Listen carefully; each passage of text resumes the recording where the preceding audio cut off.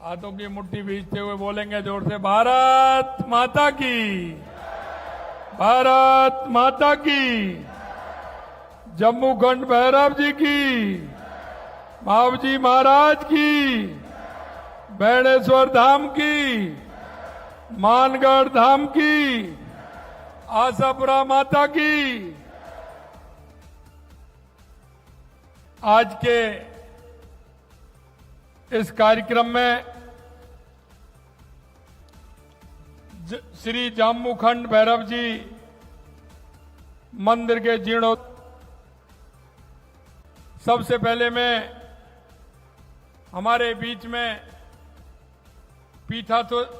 पीठाधीश्वर बेणेश्वर धाम श्री गोस्वामी अच्युतानंद जी महाराज के चरणों में प्रणाम करता हूं और जो हमारे सभी साधु संत इस कार्यक्रम में पधारे हैं, मैं उनके चरणों में भी प्रणाम करता हूं।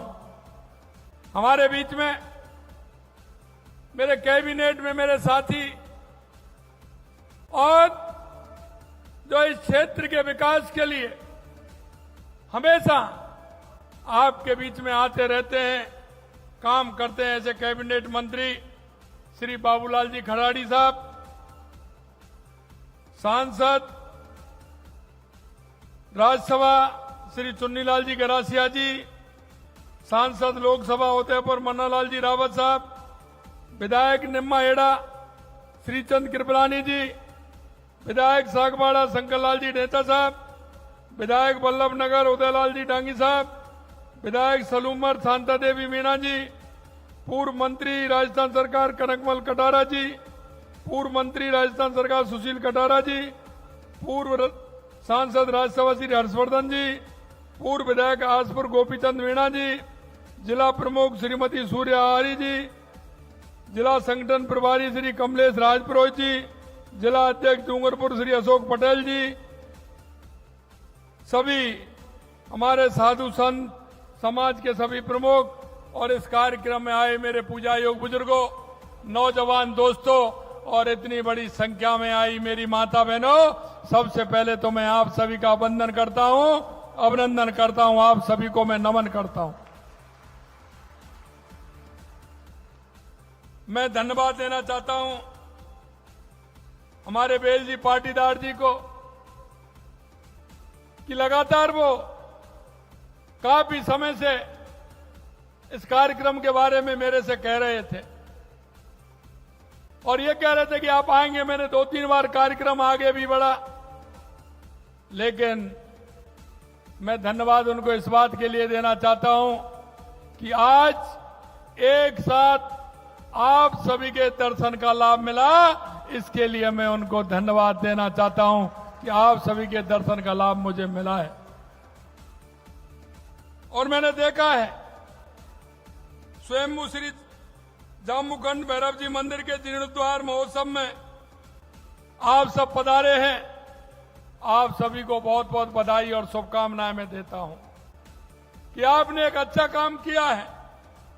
इस ऐतिहासिक मंदिर को जो भव्य रूप दिया गया है, वो यहां के लोगों की भगवान भैरव के प्रति अगाध आस्था का प्रमाण है।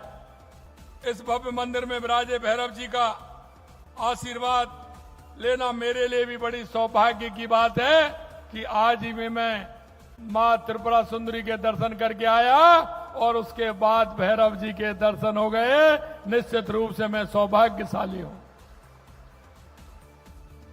मित्रों, बागड़ के प्रमुख तीर्थों में से एक स्वयं श्री जम्मू खंड भैरव जी ये मंदिर यहां के निवासियों के लिए सदियों से आस्था और श्रद्धा का केंद्र बन रहा है। कहा जाता है कि अज्ञातवास में पांडव इस जगह पर रुके थे, ऐसा बताते हैं। पास में ही मीराबाई की जागृति धूणी है। मैं भक्त शिरोमणि मीराबाई को भी नमन करता हूं और उनको प्रणाम करता हूं। कृष्ण भक्त मीराबाई की धूणी यहां स्थित है, जैसा मेरे को बताया। निश्चित रूप से मैं उनको भी प्रणाम करता हूं। डूंगरपुर की यह पूरी धरती अत्यंत गौरवशाली है। यह भक्ति और आध्यात्म की पावन धरा है। यह भगवान शिव, भगवान विष्णु, उनके अवतारों की धरती है। ये संत महावजी महाराज, भोलेनाथ जी, नाथ जी, पाव जी, देवापुरी जी महाराज जी जैसे तपस्वियों की भी धरती है। मैंने ऐसे तपस्वियों को भी मैं नमन करता हूं, उनको प्रणाम करता हूं।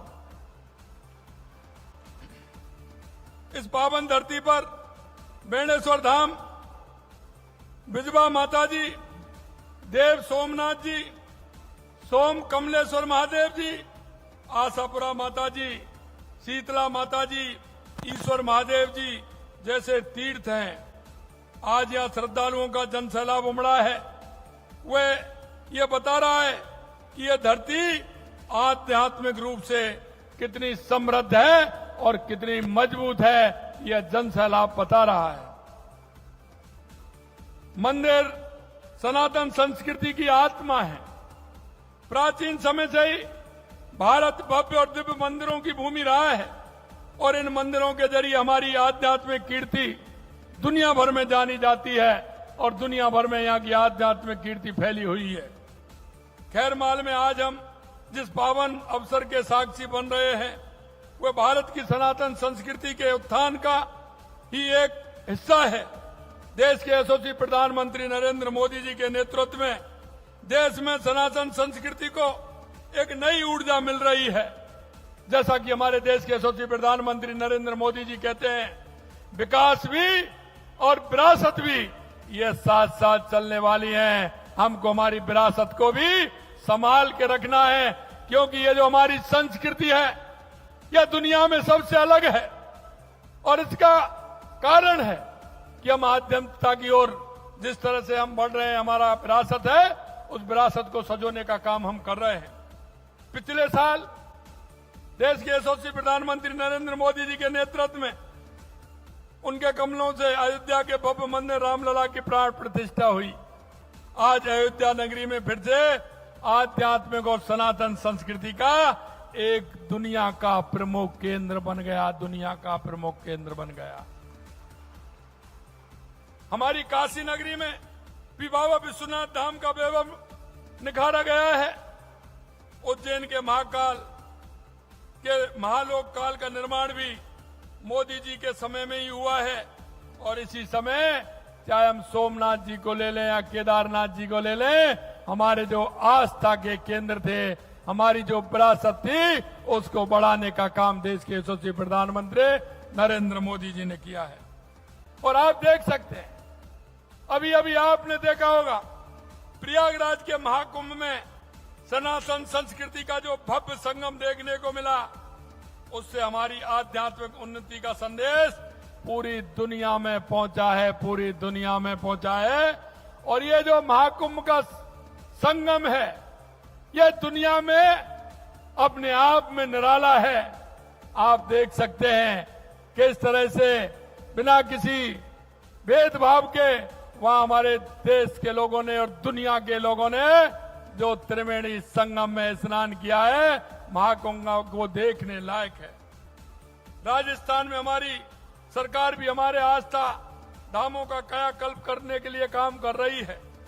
हाल में हमने जो बजट पेश किया है उसमें प्रदेश के जनजातीय आस्था के केंद्र त्रिपुरा सुंदरी मानगढ़ धाम, बेणेश्वर धाम, सीता माता अभ्यारण्य, ऋषभदेव, गौतमेश्वर मंदिर, मातृकुंड आदि को शामिल कर जनजातीय पर्यटन सर्किट विकसित करने का प्रावधान भी हमने किया है कि हमारे इस क्षेत्र में भी हमारा धार्मिक सर्किट ठीक ठाक से बने और हमारे लोग उनमें दर्शन करने के लिए जाएं। हमारी सरकार वरिष्ठ नागरिक तीर्थ योजना के तहत श्रद्धालुओं को अयोध्या, काठमांडू, पशुपतिनाथ और अन्य तीर्थ स्थलों की यात्रा करवा रही है। इस बार के बजट में हमने इनके लिए भी विशेष प्रावधान किए हैं। वरिष्ठ नागरिकों के स्वास्थ्य और सहूलियत को ध्यान में रखते हुए वरिष्ठ नागरिक तीर्थ यात्रा योजना के तहत आगामी वर्ष में 6000 वरिष्ठ जनों को हवाई मार्ग से यात्रा कराई जाएगी, हवाई यात्रा कराई जाएगी और 50,000 वरिष्ठ जनों को एसी ट्रेन के द्वारा तीर्थ यात्रा करवाने का हमने कहा है और उनको जल्दी हम तीर्थ यात्रा कराएंगे। इस बजट में हमने राज्य और राज्य के बाहर के देवस्थान विभाग के मंदिरों के स्वरूप को निखारने के लिए 161 करोड़ रुपए का प्रावधान किया है। हमारे राज्य के अंदर जो हमारे मंदिर हैं या हमारे राज्य से बाहर किसी भी प्रदेश में हमारे मंदिर हैं, उनके उत्थान के लिए हमारी सरकार ने 161 करोड़ रुपए का प्रावधान रखा है। मंदिरों में भोग की राशि को बढ़ाकर 3000 रुपए किया है। पुजारियों का मानदेय बढ़ाकर के 7500 रुपए प्रतिमा किया है। हम खाटू श्याम जी मंदिर को भव्यता प्रदान करने के लिए हम खाटू श्याम जी मंदिर की भव्यता प्रदान करने के लिए 100 करोड़ रुपए के कार्य करवा रहे हैं। दीपावली, होली, शिवरात्रि, रामनवमी आदि को आमजन पूरी श्रद्धा के साथ मना सके, इस दृष्टि से लगभग 600 मंदिरों में इन अवसरों पर विशेष पूजा अर्चना, आरती कार्यक्रम आयोजित किए जाएंगे। हमारी सरकार ने गौतमेश्वर मंदिर, अरनौत प्रतापगढ़, करणी माता मंदिर, नीमच माता मंदिर, उदयपुर जैसे बहुत से मंदिरों के विकास कार्य करवा रही है। पुष्कर में अजमेर ब्रह्मा मंदिर, कॉरिडोर, सरोवर परिक्रमा मार्ग, रणछोड़ राय, खेड़ तीर्थ, पचमंदरा, अनेक तीर्थों का कायाकल्प भी हो रहा है। साथ ही धूलेश्वर महादेव, गुड़ामलानी, अम्बे माता मंदिर सुमेरपुर, प्रेम सागर तालाब, सवाई भोज मंदिर, आसीन, भीलवाड़ा जैसे अनेक आस्था धामों के लिए सौंदर्यकरण और आधारभूत सुविधाओं को करवाए जा रहे हैं। मैं एक और निवेदन करना चाहता हूं, हम आदिवासी संस्कृति के संरक्षण के लिए काम कर रहे हैं। जनजाति के नायकों की पहचान स्थापित करने के लिए उदयपुर में कालीबाई भील, बांसवाड़ा में बांसिया चरपोटा और डूंगरपुर में डूंगर बरडा स्मारक बना रहे हैं, जिससे हमारे वो धार्मिक स्थल भी हमारे जनजातीय समुदाय के योगदान को सम्मानित करने के लिए हमने आदिवासी गौरव सम्मान प्रदान कर रहे हैं। जनजाति के बच्चों को गुणवत्ता शिक्षा मिले, इसके लिए शिक्षा की बुनियादी ढांचे और सुविधाओं को बेहतर किया जा सके और गुणवत्तापूर्ण शिक्षा उनको दिया जा सके, इसके लिए भी हमारी सरकार काम कर रही है। छात्रावासों में रहने वाले विद्यार्थियों का मेस भत्ता 2500 से बढ़ाकर के 3000 रुपए प्रतिमाह कर दिया है।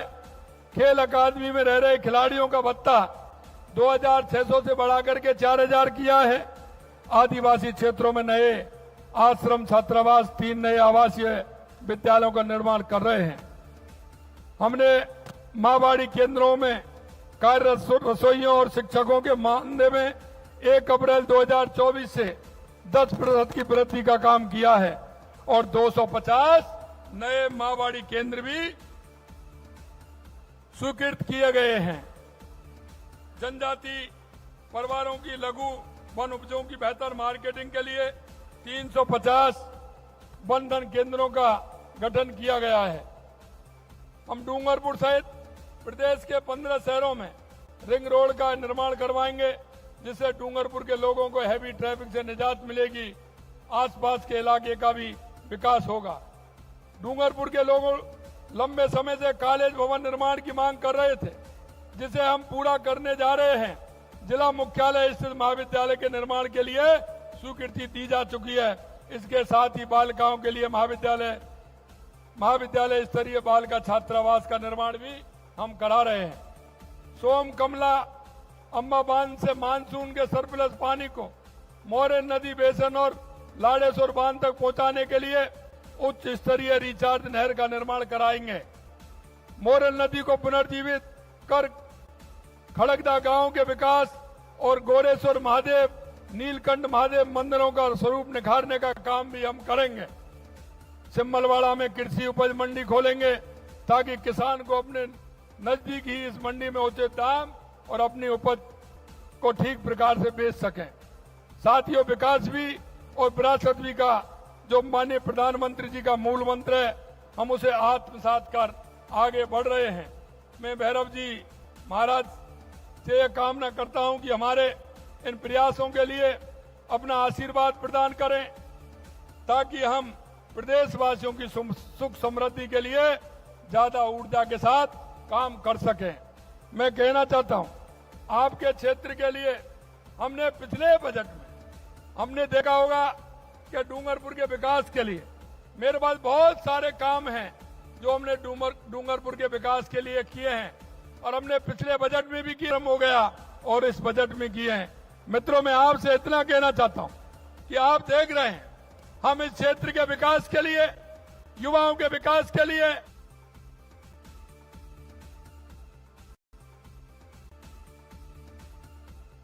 माता बहनों के विकास के लिए, यहां के गरीब किसान के विकास के लिए हमारी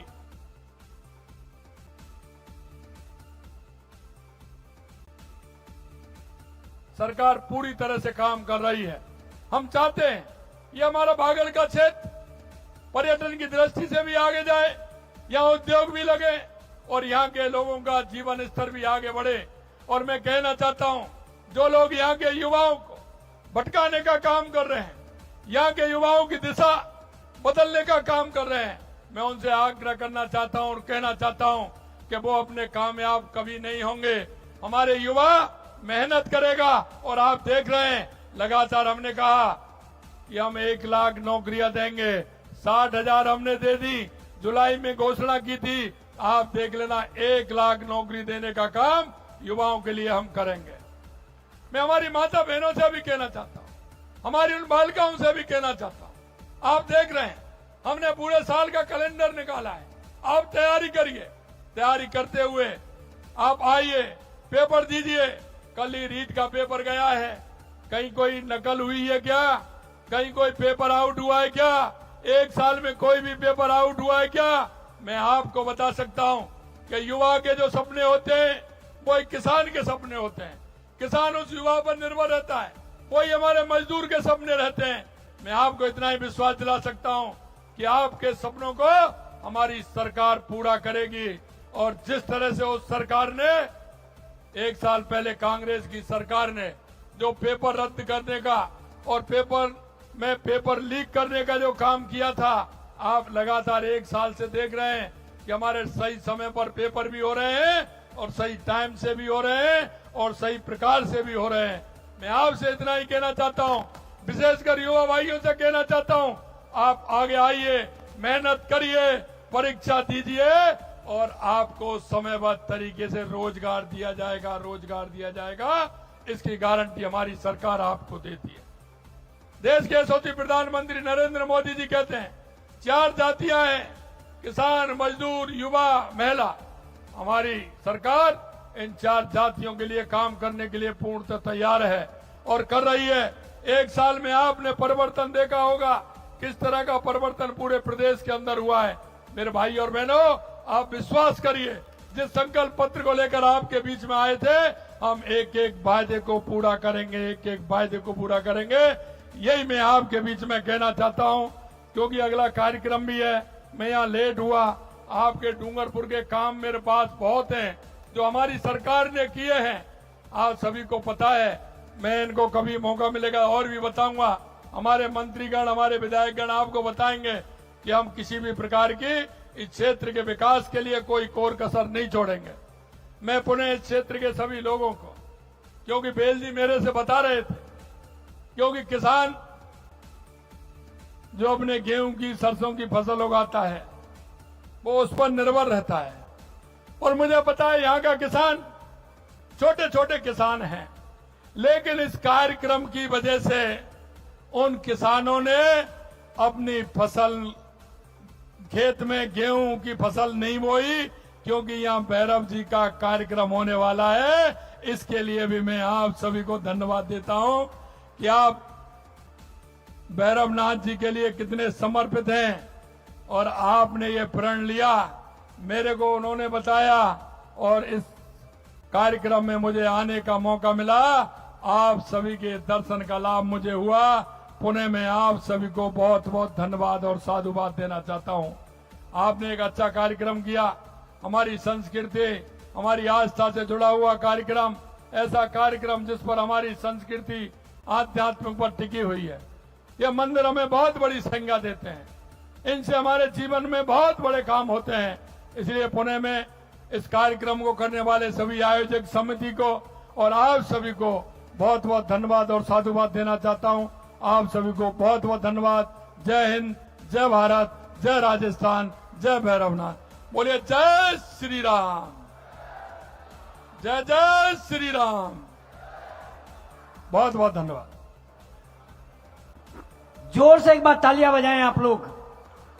और माननीय मुख्यमंत्री महोदय का बहुत बहुत आभार और आभार ज्ञापित करने के लिए निवेदन करना चाहता हूं भारतीय जनता पार्टी के